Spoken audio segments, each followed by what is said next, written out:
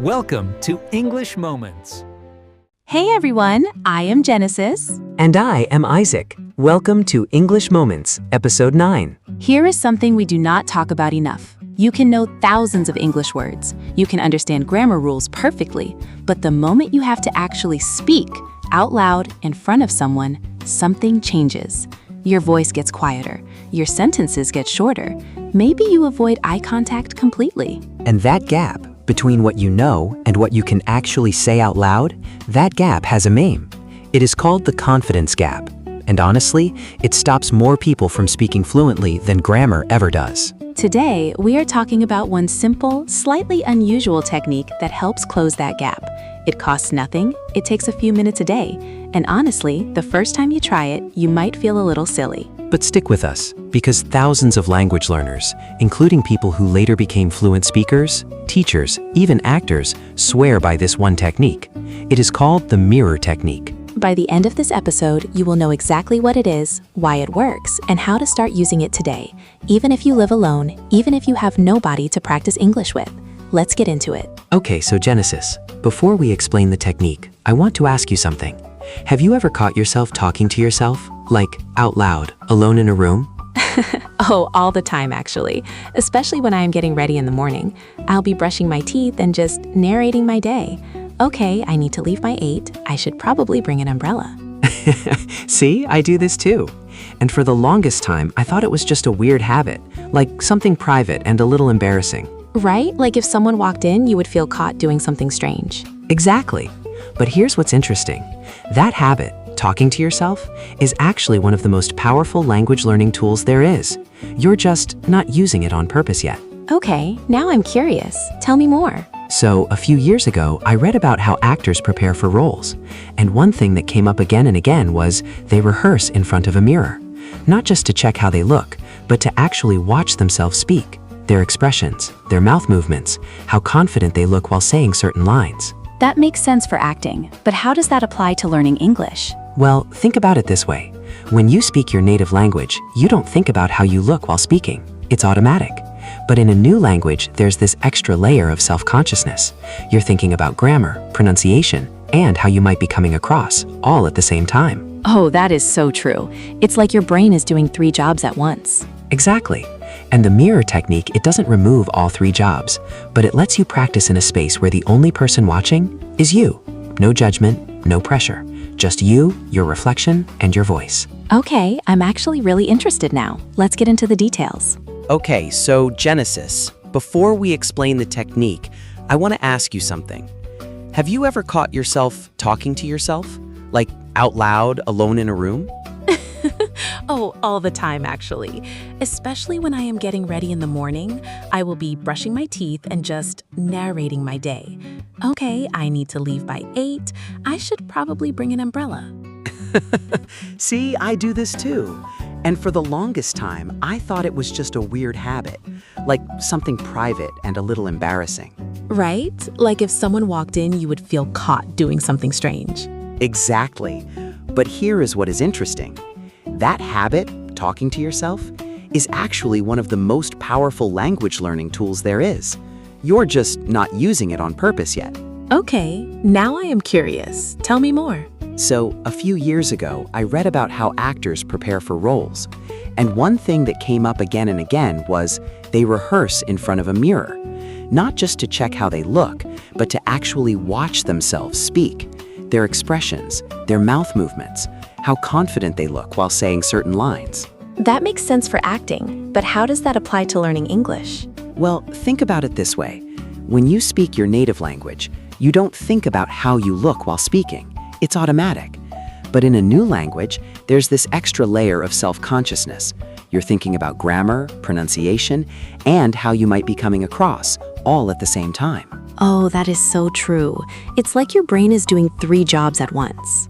Exactly. And the mirror technique, it doesn't remove all 3 jobs, but it lets you practice in a space where the only person watching is you. No judgment, no pressure.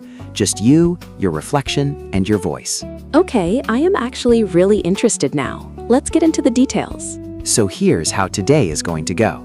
First, we'll explain exactly what the mirror technique is and the psychology behind why it works so well. Then, we'll walk through a simple step-by-step routine you can start using today, even just 5 or 10 minutes a day. After that, we'll talk about specific things you can practice in front of the mirror, from simple warm-ups to full conversations. And we'll do a live demonstration, so you can actually see what this looks like in practice. So by the end of this episode, you will have a complete, doable routine, something you can start tonight, even before you go to bed. Okay, so let's start with the basics. What exactly is the mirror technique? It is exactly what it sounds like. You stand or sit in front of a mirror and you speak English out loud to yourself while watching your own reflection. Sounds simple, almost too simple. So why does it actually work? There are a few reasons, actually.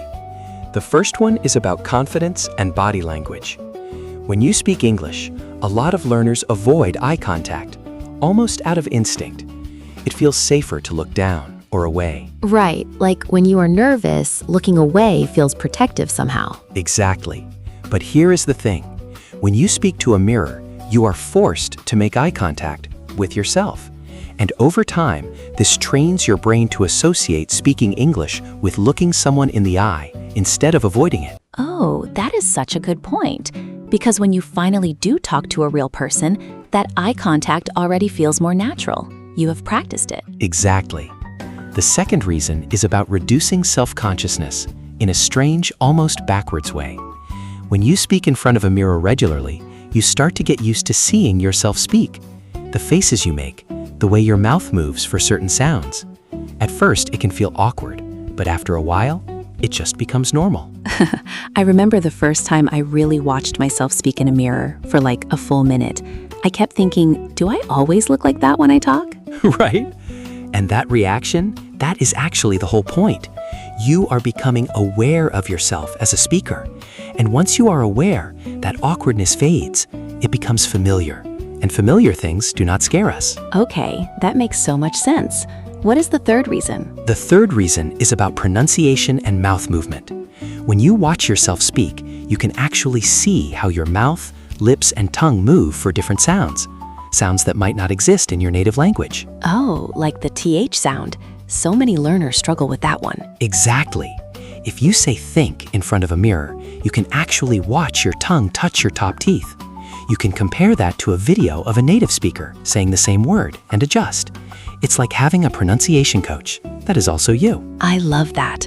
A pronunciation coach that is also you. That is such a nice way to put it. And the fourth reason, maybe the most important one, is that it gives you a judgment-free space to make mistakes out loud. Lots of them. Right. Because so often the fear of speaking is really the fear of being judged while speaking. And a mirror does not judge you. Exactly. Your reflection is not going to laugh or correct you harshly or get impatient. It just reflects.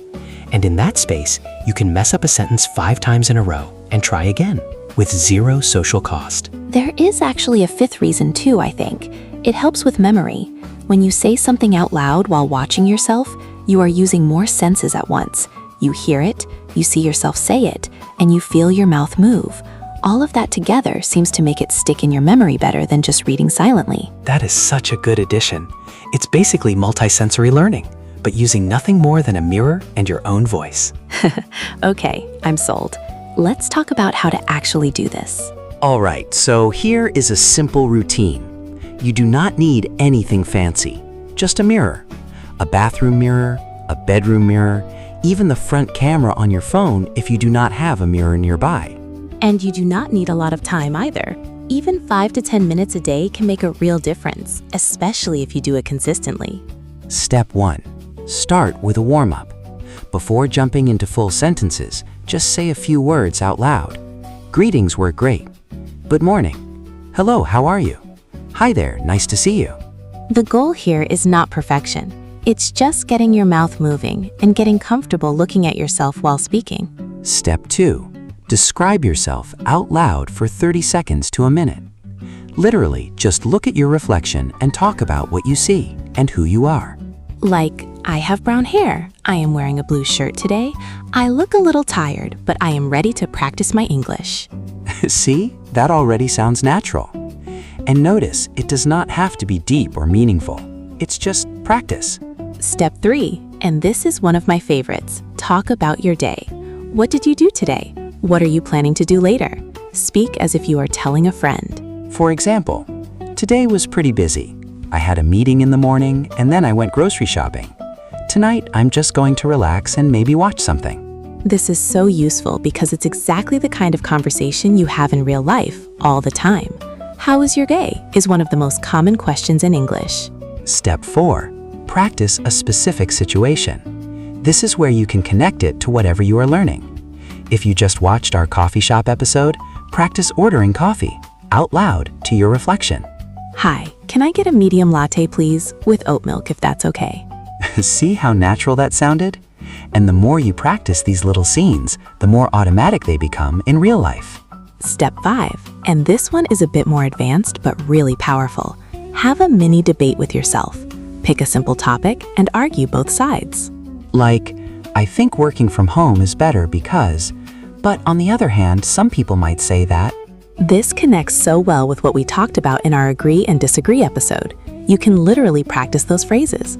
I see what you mean, but talking to yourself. See how natural that sounded? And the more you practice these little scenes, the more automatic they become in real life. And step 6, finish with something positive. Literally look at yourself and say something encouraging in English. I am improving every day. That felt better than yesterday. I am proud of myself for practicing. I know that might sound a little cheesy, but here's the thing. You are training 2 things at once, your English and your relationship with speaking English. Both matter. So 6 steps. Warm up greetings, describe yourself, talk about your day, practice a scenario, mini debate, and end with encouragement. Total time, maybe 10 minutes. And one optional step 7 for anyone who really wants to push their progress. Record yourself doing this on your phone every once in a while, maybe once a week. Oh, that is such a good idea. Not to judge yourself harshly, but just to compare. Listen back to a recording from a month ago versus today. The improvement is often bigger than you would expect. Right. Sometimes when we are in the middle of learning, it feels like nothing is changing. But a recording does not lie. It shows you real measurable progress, even when it doesn't feel that way day to day. Okay, let's actually demonstrate this. Genesis, let's pretend we are both standing in front of mirrors right now and walk through a shortened version of the routine. Okay, let's do it. I will go first. Okay, good morning. Hello. Hi there. Nice and simple. Now describe yourself a bit. Let's see. I have curly brown hair today. It is a little messy. I am wearing a cream sweater. I look pretty awake actually, which is surprising for a Monday. Great, very natural. Now talk about your day. Okay, today has been good so far. I had coffee, I answered some emails, actually using the template from our last episode, and now I am here, talking to myself in a mirror, which is a first. Perfect. Now a quick scenario. Let's say ordering food at a restaurant. Hi, could I get the grilled chicken, please? And could I also get a side salad instead of fries if that is possible? Thank you so much. So smooth. Okay, now a mini debate. Topic, is it better to wake up early or sleep in? I think waking up early is better because you get more done before the day gets busy. Although I see why some people prefer sleeping in, especially if they work late. I guess it depends on your schedule, honestly. And finish with something encouraging. Okay, that was actually kind of fun. I sounded pretty natural today. Nice work. See? From start to finish, that was maybe 2 minutes. And it covered greetings, self-description, daily conversation, a real-life scenario, a debate, and encouragement. And here's the thing. Nobody was listening except me. No pressure, no judgment, just practice. Now it's your turn, by the way. We'll give you a little prompt at the end of this episode to try this yourself. Okay, let's talk about a few common mistakes or worries people have with this technique. Number 1, feeling silly and giving up after one try. Look, the first time always feels strange. Talking out loud to yourself, watching your own face, it is unusual at first. But like we said earlier, that feeling fades with repetition. Smiles. Give it at least 5 or 6 tries before deciding if it works for you. The awkwardness on day 1 is completely normal and temporary. Mistake number 2, being too critical of yourself while watching. Some people start the mirror technique, and instead of practicing, they spend the whole time thinking, my pronunciation sounds wrong, or I look so awkward. And that turns it into a negative experience instead of a practice tool. Remember, the goal is not to be perfect. The goal is to get comfortable. Mistakes are part of the process every single time. Mistake number 3, only doing the warm-up part and never moving into real practice, like the scenarios or mini debates. The warm-up is great, but the real growth happens when you push into slightly more complex speaking. So do not get stuck saying, hello, how are you, every single day. Mix it up. Use the scenarios. Use topics from episodes you have watched. And mistake number 4, doing it once and expecting instant results. Like most things in language learning, this works best with consistency.